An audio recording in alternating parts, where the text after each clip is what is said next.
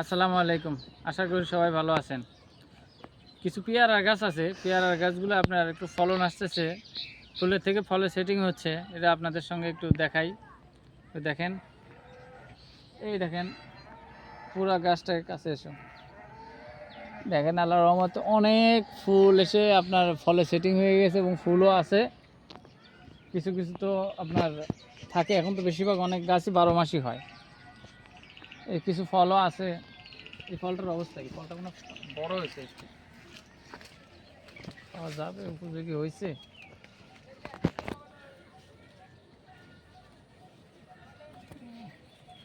খাওয়া যাবে রোমান।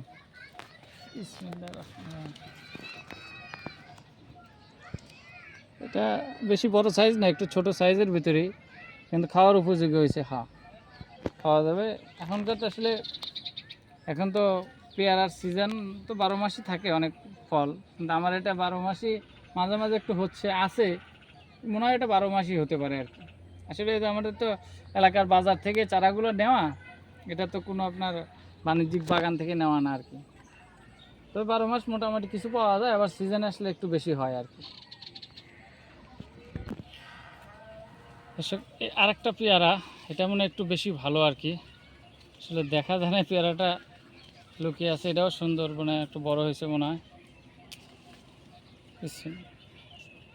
এটাও ভালো, খাওয়া যাবে, খাওয়ার উপযোগী হয়েছে আর কি। এই দেখেন, এই একটা জায়গাতে কতগুলো আপনার পেয়ারা আর কি দেখা যায়। আসলে পেয়ারা আল্লাহর নিয়ামত, সব ফলে নিয়ামত। এগুলা আল্লাহ তাআলা রহম করে বলে এত আসে। এই দেখেন এদিকে কত আসছে, মানে পেয়ারা আর পেয়ারা। এগুলো আসলে একটু যত্ন নিতে হয়, এগুলা কী করতে হয়, মানে পলি দিতে হয়। পলি না দিলে এগুলো পোকা ধরে। এখন মাছি পোকা বলে এই পোকাটা, মানে পেয়ারা একটু ম্যাচুরিটির দিকে যাওয়ার সঙ্গে সঙ্গে এগুলোকে আপনার মানে মাছি পোকায়, মানে এটাকে যদি নষ্ট করে ফেলে, এক কথায় যদি বুঝাইতে চাই আর কি। ফলটা খাওয়ার উপযোগী থাকে না, ভিতরে আপনার পচে যায়। দর্শক এই দেখেন, এই একটা ছোট গাছ, কিন্তু এটা আমি দিনাজপুর আপনার এই আধুনিক কৃষি রুবেল ভাইয়ের ওখান থেকে নিয়ে আসছিলাম।